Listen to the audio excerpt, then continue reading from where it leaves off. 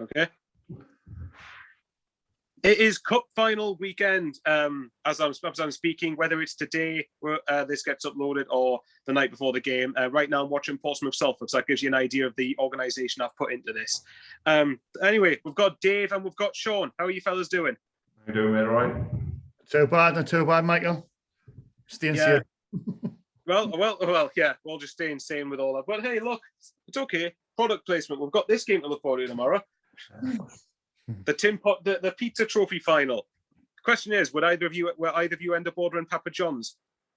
Papa Lee's. Papa Lee's. Yeah. On Newcastle Road, that's at the very called Papa Lee's, isn't they? Yeah, I saw that. Papa Lee's all over the place. And when you when you live in the country like I do, unfortunately, pizza deliveries are a thing that they haven't quite caught up to that yet. So. Papa Lee's, you deliver pizza? Nah. Oh, you suck then. They'll bring it along in a tractor around here. Oh my god. But anyways, we had an idea. Well, I had the idea of sort of just having the three of us, because we've got our own separate group chat, but we thought we'll come together and just sort of talk about, first of all, in this video, talk about Sunderland's win at Portsmouth, who obviously are playing right now at the time of recording, and also previewing the Tranmere game. So first, let's get into it. So Portsmouth, I take it you both watched it, because it was obviously on Sky Sports. I done a live stream for the game on. Oh yeah, you did see. Would have imagine that Shaun doing a live stream for a game he wasn't able to watch. It was for me. It was a solid performance, I thought, by the team.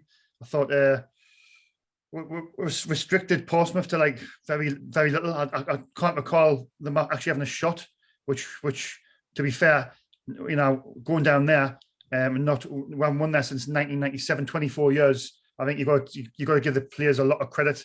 I know they've lost 4 of the last 6. Going into the game, they lost 4 of the last 6, and they're not playing very well. But Portsmouth will be thereabouts. They'll get through this little blip that they're having at the moment. And for us to go down there, limit them to nothing. I thought we passed the ball really well. I thought the defence was brilliant. O'Neill again Sanderson was great. Max Power, right back was great. Winchester and Scowen were brilliant. And then the goal, like you see the goal, Jordan Jones with a brilliant corner, and Charlie Wyke.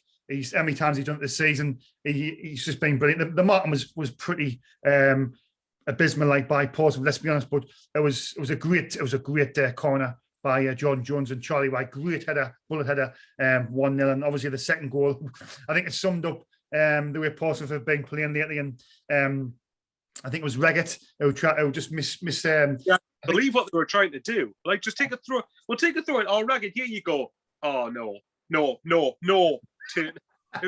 couldn't believe. I don't know what on earth they were doing. I think we would just gift wrap that second goal. But fair play to Jordan Jones for the pressing energy and the want to get the ball. He read the situation. He must have thought, if this defender doesn't control the ball properly, I'm in here. So he just chased him down. It was back control by the defender. Jordan Jones pinched it. The Sky cameras, when you're watching it back at the time, like that live, they were showing a replay of something else. So they went quickly to the goal. Well, I see the goal opportunity. Right, yeah. They showed a replay of a foul that McGeady could have given away. And then the next thing we knew, when the camera was going, I was like, "Oh no, hang on, we're in here!" And then obviously we saw the goal. We didn't see any of the build-up, and I was confused as to what happened. But what a finish it was! The finish was absolutely exquisite, wasn't it? By Jordan Jones, where he just made it look so easy, calm. I know it was one-on-one with the keeper, the way he just chipped it. That's a guy in massive confidence as well. You know what I mean? He's exactly. Apparently £600,000 if we want to get him at the end of the season. I think it's a no-brainer, isn't it? Well, he's without doubt. If you want to, I think if it's £600,000, whatever league we're in, you've got to be looking at that sort of permanent signing. What about you, Dave? What did you think of the Portsmouth game? Yeah, I think we had a chat after, didn't we? And for me, it was just a perfect professional away performance. Really, we restricted them to absolutely nothing. We looked as though we'd score. Granted, we didn't look as though we'd score 5 or 6, but I think we did everything we needed to do. Which in games like that, I'd had a conversation with a couple of people previous to the game, and they're saying, "Oh, Ponky, you're going to hammer us, blah, blah, blah." games like that, you just don't hammer the other team. It's as simple as that, you know. They're always going to turn up. It's such a big game for the level that it's at. So, hey, 2-0, clean sheet away from home with a makeshift defence again. I genuinely think, I think you said you thought Charlie White was maybe just in for, Jordan Jones just in charge for man of the match. And for me, I think I gave it to 09. Just that is. he was imperious. Quite a few people are giving it to 09, and I can see why. Yeah. But yeah, hey, on to the next. We've said a couple of times that way. It's just completely momentum, completely and utterly building momentum, game after game, slogging it out. 15 more cup finals or however many it is, and let's just get it done. I think Sean's up for it. I don't know if any of you can tell. I think Sean's just there. We're actually just doing. I think I've been doing the praying thing. It's funny though, Michael, because we were talking like last week, me and Dave in a WhatsApp group, and we were saying about the price what Sunderland were. And you imagine if we beat Rochdale, we beat Portsmouth, if we win tomorrow, the confidence, the momentum is going to be really with us. If we win tomorrow, and I think we will as well, the confidence of players, it's going to be massive. This is going to be huge. If we win tomorrow, end that hoodoo, the Wembley hoodoo, and then I tell you something now, the games we've got in hand, yes, we've got a couple of good, tough games, but why can we not go on and get in the top two? Why can we not go and win the league? Why can we not? We're playing really well. Oh, the positivity's emerging. It's Dave. Dave's done it. It's him. Yeah, I'm gonna call him out live on YouTube, so therefore he might look like a mug later. So yeah. Right, I tell you what, if we're going there, everybody who's watching, what happened is a couple of weeks ago, after we got beat off Shrewsbury, we then beat Doncaster. Yeah. And I'd said, out of the next 5 games, if we go on a run, there's every chance that we're winning the league. And I looked at the price on the bookies, 10-1. So basically, was this before Donny, you mean? No, this was after Doncaster. Okay. So I had a look, 10-1. Basically, my idea was to put 50 quid on each way. So which is the top 3 places, so it was a bit of insurance money. Basically, if we finish second or third, I get 150 quid back. If we win the league, which I think is very, very likely, put it that way, even though Michael hates us for saying it. I'm finish. I've already told you what I think of that, but go on. Then I win 700 quid, and I mean, literally, I think Sunderland are into 7-2, not 3.5-1. So if you put the same money on now, you'd be lucky to win 200 quid. I think that tells you everything that you need to know in the last month. But Dave, just the thing of that, we were talking about this in our WhatsApp group, which is quite ironic. And do you know what? When Dave suggested about the 10-1, he went, I'm telling you now, he was when he Michael, he was certain. Oh, he was adamant. He was confident. Just to point out, Dave, go on, because go on there, Dave. You tell us why you, because I know you're the way you view football is different. Well, tends to be different from like say regular fans. Like you've said that you tend to try and look at things from an analytical perspective and look at things like data and statistics rather than just like punches and emotions, which is the sort of stuff I do. But anyway, you know, so there's a lot of pressure on you to be right here, son. Basically, the very easy statistics to look at are, look at how many we're conceding. We look like we're going to score every week. You know, he's got a... Just draw a blank against Tranmere now. Yeah, probably. Wouldn't surprise me. But he's got a centre forward who's scoring goals.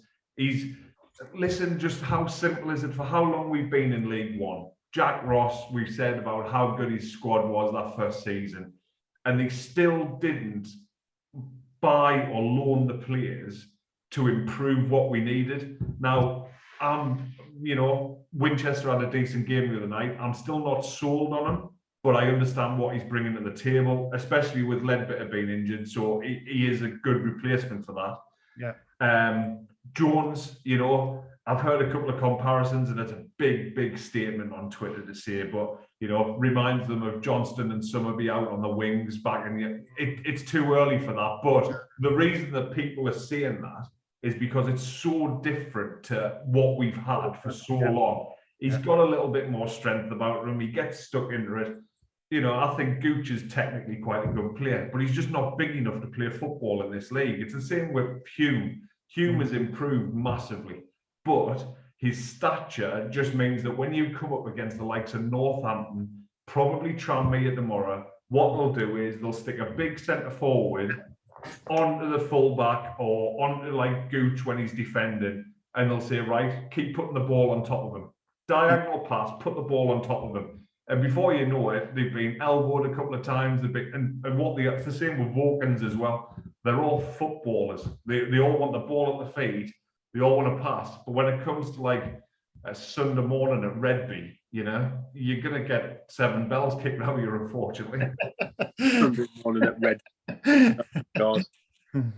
I love that. Well, okay then. Well, Shaun kind of moved towards it earlier, so might as well preview it. Sunderland versus, and Dave's touched up on it there, Sunderland Tranmere Rovers. You've got to be confident for this game, surely? Or are we confident of Sunderland doing a Sunderland and bottling it again? Do you know right, what? go on, you're shaking your head. Honestly, I'm not just joking. And then it's the fact that James Vaughan as well. James Vaughan, the fact that he's going to be out. I honestly believe the Wembley pitch will suit us. It's a big pitch. It's a lovely pitch as well. I mean, we're good on good pitches. Like I think the Portsmouth game, some of the Portsmouth, well, their pitch is good. Ipswich, their pitch is good. We like to get it down and play football. Do you know what I mean? As Dave just said, there are some teams like they just try to be physical and they just try to make it hard. But if we can get the football down on the floor, play football on Sunday, I have absolutely no doubt whatsoever. It'll be an easy win, a convincing win. The only sort of doubt was you've been hanging out with Dave too much. No. I think the only sort of it's the suspensions. Obviously, Dean Sanson's been brilliant, hasn't he? Dean Sanson's been like, I mean, even every Sunderland fans look at him and saying, look at this guy. He's doing it in this league. He could do it in the Championship as well. He looks really calm and cool and collected, and he's just so. He's a natural defender, isn't he? He's great. We're going to miss him tomorrow. But then we've got Flanagan to come back. He's just come back. And Conor McLaughlin's due back. I think he's available tomorrow. Ledbetter is apparently he's going to be okay. He's going to play for the pain barrier. So and now we've lost Winchester and Sanderson. But we're getting another 2 good players back in. It's squad strength and depth. So I'm looking at the players coming back as well. And I don't think, honestly, I know there's a lot of Sunderland fans. Look, it'd be great winning the cup tomorrow. It'd be great winning that Wembley because we haven't won there since 1973. I mean, 85 against Norwich. We lost 88 in the 100 years of the celebrations of the league, the Football League. We lost against Wigan on penalties. 1990 Swindon, 92 Liverpool, 98 Charlton, 2014 Man City, 2019 Portsmouth, and then obviously Charlton. So I've got a great record at Wembley. But tomorrow, I'm absolutely convinced that we're going to win. Not just win comfortably. Go on, Dave. You inject some realism. Yeah, some statement. Listen, Tranmere are on good form. Both teams are going to be scared to lose. I would imagine going into it. Yeah, you're looking at Sunderland having a decent percentage of the ball. Tranmere sitting off and trying to score with a set piece or a quick counter attack. I mean, listen, I love our chats, me and you, because you'll always say to me, on paper this, on paper that. And with that, are Pompey on paper a better team than Tranmere? I think a lot of people would say that they are. And literally, Portsmouth didn't have a sniff against us on Tuesday night. So if you're looking at it like that, from a purely, you beat them, so you're better than them scenario, then literally we could well go convincing tomorrow. And I want to win at Wembley. There's no doubt about that. I'm absolutely gutted that me, you, Shaun, anybody else can't be there, which is brutal. Because when we win, I'll say when we win, then none of us are there, and it's heartbreaking. It's difficult. Yeah, it's absolutely heartbreaking. But what I will say is the bigger picture, and I saw you put up a tweet with a poll asking which one would you take. Listen, I think if you win tomorrow, you get a win on Wednesday. Sky's the limit. Literally, just keep plucking off one by one by one, and let's see where we go. It's actually nice to think I tell you what, we don't concede many goals. We score a few goals. We've won 5 out of the last 6. Yeah, what's there to whinge about at the minute, you know? Yeah. Yeah, I think that, I mean, don't get me wrong, I do think we'll win tomorrow. Or today, if you're watching this on Here he is, Mr. Realism with, I think it'll be 1-0. I certainly think that Sunderland's biggest, I think Sunderland's biggest block in this game could be themselves. And I've said this every week. I think Sunderland's biggest obstacle in the game is their own mentality and how they approach games. And if Sunderland can, I mean, obviously, look, Sanderson's going to be a miss.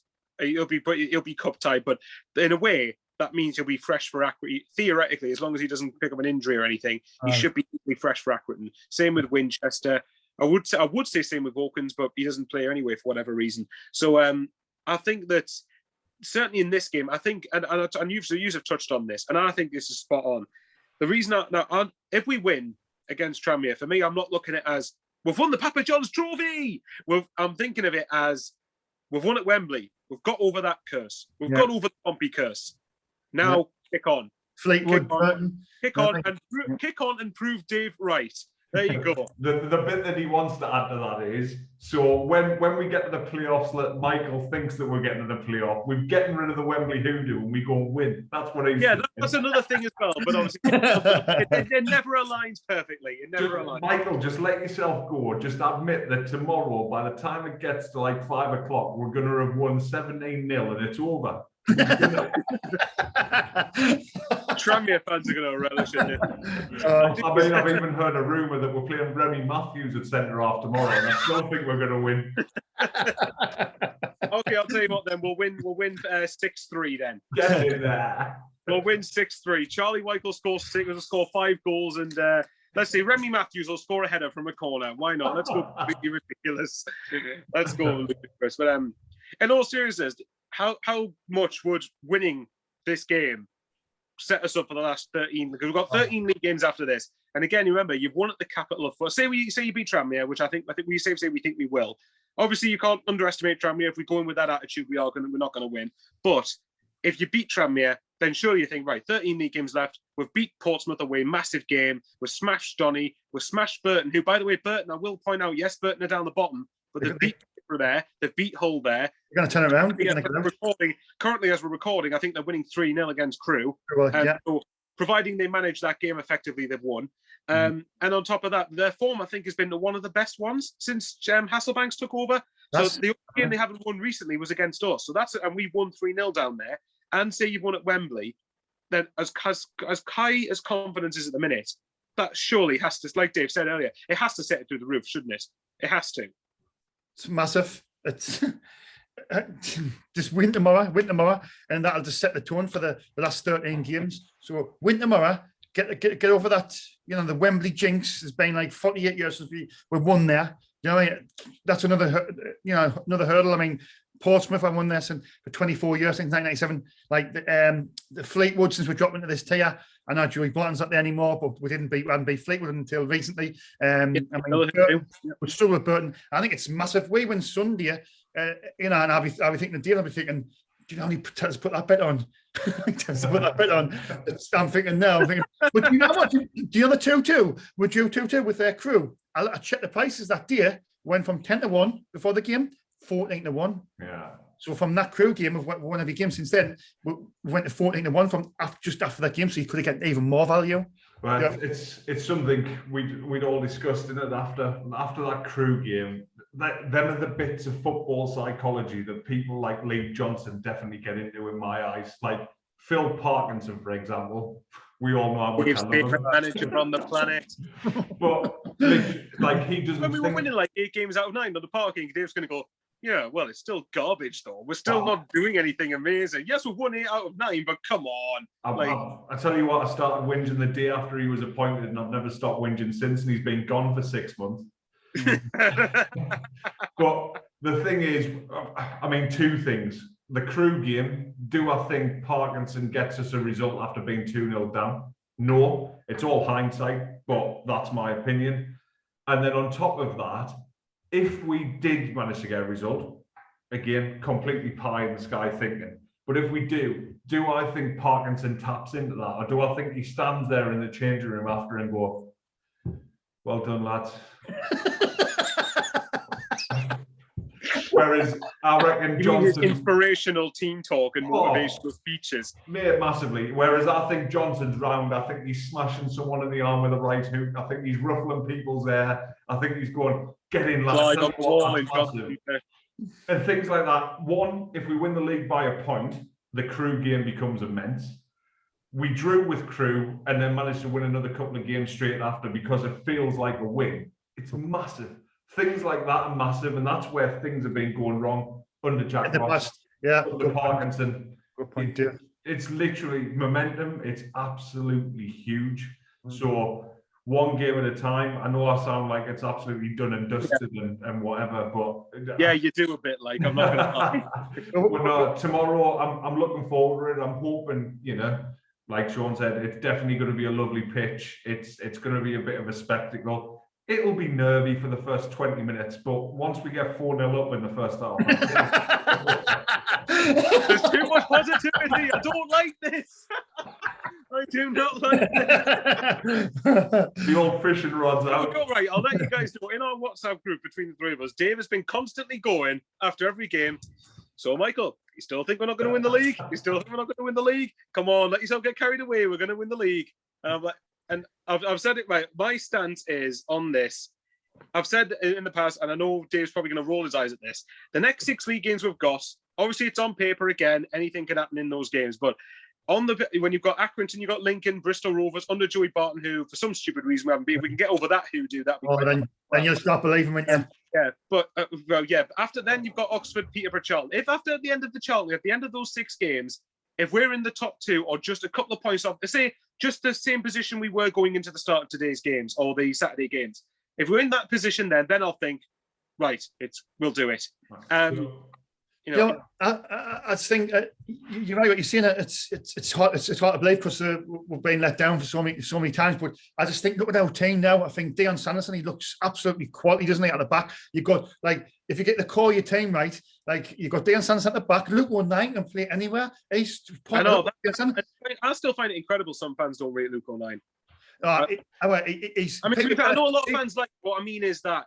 So I've seen some people go, well, he's not really a good player and all that. It's like, well. Yeah, but you might not be technically Vincent Kompany at the back. It doesn't mean you're a terrible footballer. He's versatile. I think Lee Johnson said. I can't remember the word he used, but he said the utility. I think was it. He's the most. I can't get the word what he said, but he's a reliable player, isn't he? Because even it seems like every one of my mates was saying that if you look at it just as centre half, if you're playing O'Nien in that position, and he could play that role better than, say, a Flanagan could, who is a specialist in that position. I'm saying he's Mr. Reliable. No matter what way you put him right wing back, you put him in the middle, you put him right wing, you put him left back, centre defence, he's attacking midfield. He's just sticking in front positions. He's the Mr. Reliable. If that's what he is. Even the people. Lee Johnson, Shaun suggesting you play him up front. There you go. Even the people who are not, Luke O'Nien, what's this thing about Luke O'Nien? He's a lovely guy, but not apart from that, what matters most on the football pitch, he does do a job in anything he does. Do you know what I mean? Exactly. But it's imperative that his contract gets tied down, whatever league we're in for me. It's that age-old thing, isn't it? It's like they talk about, let's say, prime Brazil go and beat Gibraltar 24-0. Do you know what I mean? Everyone plays it down. But you can literally only beat what's in front of you. So the same as Luke O'Nien, he can only play to the level that he's at. I think he'll go on and be a Premier League footballer? Probably not. But this season, at the minute, he's doing exactly what he's paid to do, isn't he? And he gets on with it with a smile. His attitude's great. He tries to get involved in the local community. There's, it reminds me of when I was growing up, there was a player called Darren Williams. And to be honest, he was never my cup of tea. He was all right, but anyway, he definitely played centre half. He definitely played fullback, both sides. He definitely played in midfield. He definitely played out on the right as a holding winger. And he did a job every week. He was probably 6.5 out of 10 every week. And he just I'm sick of players like that. Because when I grew up, that's how kind of 89 and 94. That was about the time of people like John Kay. I know I'm speaking foreign to you, Michael, with the well, yeah, that is John Kay. Feel free to carry on. Sean, people like that. Yeah, that's what I was brought up on. Tough tackling, 110%. And to be honest, there's some of that's what we're all about, isn't it? We're very, and to be honest, people like David Moyes going back even further, he'd have probably benefited from a few players like that because he didn't, he just kept Didier. Why would you buy Didier and Dom? Do you think he understands what it's like to come from Pennywell? I'll tell you who did understand what it's like coming from Pennywell. Jan and Via. Oh, he was 6-7 million. Nah, I don't want him. We'll go for Didier. Still scoring the Champions or Europa League last week or Champions League, whichever one it was. Honestly, I'll tell you what. Moving back to it to sort of finish off the cup final part of this. What would obviously, I think it's safe to say we know what the predictions are. We think Sunderland will win, but what would your starting 11 be? And I'm going to use the scenario that because apparently Jordan Jones is a major doubt, so let's assume he's out the picture. Bailey Wright isn't available. We'll include Aidan O'Brien in this. So with that in mind, what would your starting 11 be with all the injuries and cup ties and stuff that's happening? Right, well, I've got that fan hub thing, right? And I've done my team, but I based that on Jordan Jones being fit. I heard it was 50-50, Michael. Well, I heard I saw it was a major doubt for it, so I'm going to make you think of it, Sean. So there you go. So let's assume that he's out of it. Is it the same team that you've got there, just maybe, I don't know, Gooch replacing Jones or something, or what? So basically, it's a 4-2-3-1, what was said in the group chat. Burgin goal, Max Power, Flanagan, Luke O'Nien, Callum McFadden as your back four, yeah. Josh Gowan and Grant Nedbetter as your two, so 4-2. And the three across the middle, well, obviously your two wingers, Jordan Jones if he's fit, Aidan McGeady on the left, Jordan Jones on the right, Aidan O'Brien through the middle, and then Charlie White up front. If Jordan Jones is not fit, who do you play on that right? Chris Maguire's been... The option are probably Maguire, Gooch, or Diamond. He's been knocking on the door, but then you're getting Gooch. I'm missing Gooch out. Gooch has got to be in there, hasn't he? Do you know what I mean? Surely. Gooch, I would imagine that if it came down to that, I do think that Johnson would select Gooch more because Gooch can play the way that Johnson wants to for a sustained period of time, whereas Maguire's someone who, obviously, he's 32 now? Is it 32, 33? Something like that. And obviously at that point, unless you're like a Jermaine Defoe, someone who keeps himself ridiculously fit, then, most footballers at this age starts to decline a bit unless you've really got something about you, as in like to a Messi or Ronaldo-esque level. But I just think I don't know. That's what I think. That would probably be my team, but with the exception of maybe Gooch starting with McGeady and O'Brien. And even that, in theory, should be strong enough. Dave, what would yours be? Yeah, to be honest, I think especially if you look at the run that we've been on, Johnson doesn't like to deviate too much away from what he knows, which is quite nice, isn't it, when we want a bit of consistency? So you've just got to look at straight swaps, I think, So obviously we've got Sanderson's out. Who do you replace him with? I've noticed, I've just had a quick look actually, while Sean was speaking. He's put 4 under-23s in the squad for tomorrow. Patterson, Younger, Kimpioka, and Josh Hawkes. Not that I think any of them are going to start, but centre half. If Flanagan's fit enough, I think he probably will play Flanagan. Probably gonna have to, because I don't think Bailey Wright's been ruled out, and the only other one that can play there is Conor McLaughlin. Well, he's put Oliver Younger in the squad, hasn't he? And obviously he started in the last league game. Might he take a leap of faith? I mean, Younger looked all right the other day, didn't he? He didn't look out of place, to be fair. Aye. But I would counteract that I do think that Tranmere might offer a bit more going forward than Rochdale did. But to be fair to him, again, he can only play what's put in front of him, and it's not like Rochdale didn't go forward at all. He held his own. I thought he was all right, Younger, but I thought he was a little bit nervous. Do you not think he was a little bit nervous? No. Yeah, that's bound to happen. I mean, he was a bit rash sometimes when he was trying to clear the ball, but that's going to happen. I expected that. But for what he was asked to do, can't complain. Thought he did relatively well. I mean, we're just putting it out there. I just had a quick look before. Rochdale have beaten Lincoln, by the way, 1-0. Yes. Not going to carry because it always happens. We're going to go 1-0 up. They'll sit back, and then Lincoln will score 2 goals or something. I probably agree with that. So then you've got out on the right. I think again because of that physicality type of what Johnson's looking for, it probably again, I haven't looked at Tranmere's team really. If they've got a small winger and stuff, or a small fullback, sorry, he might play a diamond. He might, if they've got a slow old pensioner of a left back, he might play. we might play a diamond out there because he might not need to be that physical. Which I'd imagine they are, they're quite strong. I'd imagine Gooch will start out on the right. Centre midfield, who do you bring in for Winchester? I think Ledbetter's going to be all right. I think Dave. If he's fit enough, you know, and it's just annoying, isn't it? Because you can guarantee first 20 minutes there's going to be a 50-50 header, and let's hope he doesn't go over on that shoulder. But so yeah, I think Ledbetter in there, and then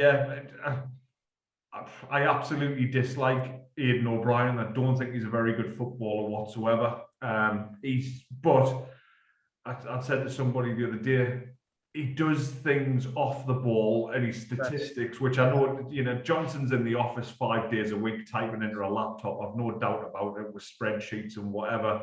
And O'Brien will be unrivaled. You know, that's why Maguire doesn't get a look in, because O'Brien will run and run and run and run. And Charlie White hasn't got the legs to run for probably more than 40 minutes, like on his own, you know. So yeah, just consistency. Make as little changes as you can. Keep round pegs in round holes and so on, as opposed to Parky, who, you know, Parky.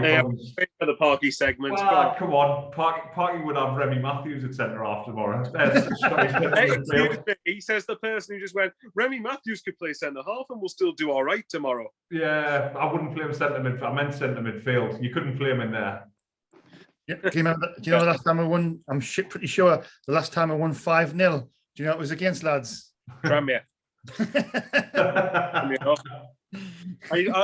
Also, right, we'll move on to it then. Is that your score prediction? 5-0 Sunderland, like? It says 3-0 to the. I don't know. I think it's score prediction for Jordan. Jordan Newcomb. Yeah. Okay. So I've done a score prediction. I said 3-0, but the more closer we get the game, I'm thinking 4-5-0, like. I'm going to really shoot when we get beat. My prediction for tomorrow, I'll play it safe. I mean, you know, there's part of me wants to say that'll be 297-0, but I'll be realistic. You're going to be semi-realistic here. Just to not annoy you. Do you know what I mean? I'll be good. I'm going to go 2-0. I think. I think we should have enough to be professional again. Who knows? Who knows how it'll go? I'd love to. What a feeling that'd be, wouldn't it? Put the Wembley hoodoo to bed and win like 5-0. Oh, imagine it. Imagine the confidence from that. That would be epic, I must admit. That is probably dreaming, and something Sunderland fans shouldn't really do, because we always get brought because of the history. Yeah. Let's just say that, because Sunderland. Yeah. Well, so I'll go 2-0. Yeah, mine's probably 3-1. I think Tranmere have scored quite a few goals in this competition. They've scored 2 against Oxford, they've scored twice against Peterborough as well. Albeit we've beat both of them, to be fair, but you know, it's a cup final. They're not going to just take it lying down. I think they will make it a game, but I do fancy us. I think we should easily have enough to get the win. The question is, though, you say they scored against Oxford and whatever. Have they ever played against a prime Remy Matthews at centre half? No, I suppose not. No. I think, but it can play against a prime Remy Matthews in goal. If Remy Matthews is in goal, I think we're getting beat 4-0. But centre half, I fancy him. Yeah. Well, I'll tell you what then. To sort of round it off, because I was going to try and do a couple of videos, but but I think we'll just squeeze it into the end of this. We'll sort of look ahead towards the end of the season and just sort of, you know, go from there and see what. So, say tomorrow's done, whatever the result is, 13 league games left. How many points do you both think we need realistically to secure a top 2 finish? Or in Dave's case, how many points are we going to get to win the league? Well, there's 13 games left, yeah. And we're on 60 points right now. It's a possible of 39 points. I think. How many points out of 39 do you think it would require to finish, say, second for the minute? 30. I think 10 wins. When they win 10 wins, because Hull's pulled. They're going to win today, so they're going to pull away by, is it 8 points? I think, but we've got 3 games in hand, So you've got to bear that in Well, mind. I mean, bear in mind, we still have got Hull to play. Obviously, that's not for another few games. That's not for another like 7 or 8 games yet. But we still do have to go to Hull. I think we'll have to win around about 10 of them out of the 13. That's just my honest opinion. I think we'll have to, and I think but I think we're capable of doing it as well, though. I think if we keep on playing the way we're playing, and you know, like Jordan Jones, he's looking great player. Winchester's stepping up. All these players can be consistent and all step up. Then there's no reason why we can't win 10 out of the 13. And I honestly think we can do it as well. Go on then, Dave. How many points are you tipping us to get to win the league? Well, I'll tell you what. I know it's your show, but let's go you first before you bring me down. All right. I've said constantly that I think between 85 to 90 points is enough to get you in the top 2. I think that this season, in compared to previous ones with fans not being in the ground, I think that is making a difference to certain results. And I think a lot of teams are taking points off each other. You know, so say Hull beat Oxford today or yesterday, whenever you're watching this. Let's say this weekend Hull beat Oxford. There's every chance they could go on a run where because Hull to me look like what we did under Jack Ross. They look to me like a team that is getting the results. But I mean, granted, I've only watched them based on highlights, but they've never looked as convincing. But the difference is Hull have got the quality as opposed to, you know, a lot of the other teams around, as opposed to say the Portsmouths or the Doncasters or the Ipswiches or something like that. For me, like I said, I think if you get to around 87, if you get to 85 points, it gives you a chance. And to do that, you need 8 wins and a draw. If you won 9 or 10 of the last 13 games, I'd be very disappointed not to finish in the top 2. And I think, as Shaun said, we are capable of it. Bearing in mind as well, if you beat, say, Lincoln, beat the teams above us, Lincoln, Peterborough, and Hull, for instance, if we take, say, 2 wins and a draw, or as Dave will probably say, 3 wins, 4-0 each way, if you do that in those 3 games, if you do well in those 3 games, that lessens the points for me that you'll need to finish in the top 2 because it's less points they can get. Yeah. So I think we're definitely capable of it. We can do it. So Dave, this is what you're getting out of us. We can do it. I'll wait and see whether we will do it. Now go on then. You can get the positivity and tell us why we're going to win 13 games, end the league on 99 points, a plus 100 goal difference and score over 100 goals. Go on. I don't need to say anything now, do I? You've just nailed it. But hey, I tell you what, though. What an I know it's not quite there, and he's like this massive eating freak, and he'd probably throw it back in our faces. But imagine we went and won 13 out of 13 and got 99 points and just stuck a middle finger up the Metford. Imagine that. Oh, absolutely hilarious. I think realistically, yeah, I think Shaun's probably spot on, to be honest. If you can get 30 points, surely 90 points, doesn't it? It wins you the league, doesn't it? It's got to go very close. You think so? So whatever combination out of that you can do, you know, 10 wins, yeah, all right, it gives you a bit of freedom to lose a couple of games then, doesn't it? Which is over a 13 game spell. And to think about the teams that, listen, Peterborough on the day, they can score 3 or 4 goals in a game. Hull on their day, they can score 2 or 3. You can't discount them, people. This is the serious me, as opposed to the winding up me. There is teams that can do damage in this league, you know. I said, there's Lincoln today. If Lincoln pull it back from 1-0 with Rochdale, they're probably exactly like you said with us under Jack Ross. They're winning games without looking convincing and will probably fall away. So yeah, let's say 30 points. I think if we get 90 points, I would like to think that would not only win you the league, but, you know, do it comfortably, maybe by about second, 86 points, something like that. So, yeah, we'll see how far away we are at the end, I guess. Oh, God, here we go. Yeah, this is going to be a very interesting end to the season. Okay, lad, I'll ask you both this now. Do you think, well, Dave, we know what Dave thinks. He thinks we're going to walk the league. Shaun, do you think we're going to get automatic promotion or win the league? Either of them? I think when I win tomorrow, and I think when we're going to finish in the automatics, I don't know whether it'll be win the league, but I couldn't care less. if we finish second, I love how you avoid the swearing there. I stopped myself from swearing. Honestly, I'll put this video's not made for kids anyway. It's fine. Honestly, I don't know what it is. Where I'm getting this confidence from, but I think we'll win tomorrow comfortably, and I think that'll give us the momentum and the confidence to drive us forward to finish in the top 2 as well. Yeah, 100%. Okay, Dave, you're going to get this out of us. If we continue this, we'll finish second.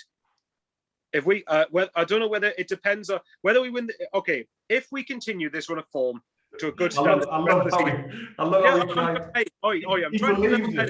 I'm trying to be level-headed. He believes it, but yeah, no, because I'm still superstitious. So I'm going to make sure that I'm covering myself here. If we continue this run of form, okay, put it this way: if we win at least 8 or 9 of the last 13 games left, which I'd like to think we'd do, we'll get top 2 if we do it. And especially if we do well against Lincoln, Hull, and Peterborough. If we do that, yes. Sunderland have let me down numerous times, though. I said we'd win the playoffs 2 years ago with Jack Ross, and we didn't. I said we'd win the league that season, and we didn't. So I said we'd go up automatically last season, and we didn't. Yeah, but this time, Mike, we've got a good manager. We've got a manager. Yeah, no, I agree with that. Yeah, he is a good manager, and I think we're all happy when he first got announced, because the job he did at Bristol City, you could see he was a good manager, and I mean, he did a great job at Barnsley as well. I just think that was the problems before Jack Ross. That was the problem, and Phil Parkinson maybe was the problem as well. So now we've got a man who looks like he knows what he wants. He's not scared to make decisions. If somebody's not pulling the weight, he'll change it. And that's what you got. That's what you need. And he's getting the best out of Charlie Wyke. Charlie Wyke's on 21 goals, 25. I thought that at the start of the season. Oh, by the way, lads, in mid-March, Charlie Wyke's going to be on like 26 goals in all competitions. What you been drinking? I can't believe that Shaun just said maybe that Phil Parkinson was the problem. There's no maybe about it, Shaun. I knew he'd pick up on that one. Look, if any of you watching have not quite gathered, Dave does not like Phil Parkinson. I mean, to be honest, when your marquee signing of the summer's Aidan O'Brien and Remy Matthews, you probably should just retire, shouldn't you? You watch, Aidan O'Brien will get a hat-trick tomorrow now. Absolutely love him. Okay, what's going to happen is Aidan O'Brien against Tranmere is going to score a hat-trick. 2 of them are going to be worldies. And Remy Matthews is going to be at centre-back, and he's going to make 3 clearances off the line. Absolutely nailed it. And I'll be wanting Phil Parkinson to sign a new contract. Oh, Parkinson, I'll say, well, we'll sign you as a contract. You're going to not be the manager. No, stay well clear. Don't go anywhere near that position, please. And also, anyways, but thanks very much for watching, everybody. Thanks to Dave and Shaun for joining us. Let us know if you want us to do more videos like this, because I enjoyed doing this. And of course, Dave has tried as ever to try and get me to say we're going to win the league and smash it and everything. And Shaun's starting to get on that train. So we'll see. What is it? 1-1. 1-1. Lincoln's just scored. I was saying the goal there. Sorry, lads. Just saying the goal there. I expected. I still expect them to win anyway. So we'll see. Anyways, by the time you're watching this game will long be done. So anyway, that'll be well. Anyway, thanks very much, you two, for watching. Thanks very much, you two, for joining us. Pleasure, mate. Thank you very much. Yeah, my absolute pleasure, Michael. As always. As always. Thank you very much. Take care, guys. See you later, and let's just go and end this Wembley hoodoo and end this stupid League One sting in League One hoodoo. How are the lads? How are the lads? How are the lads?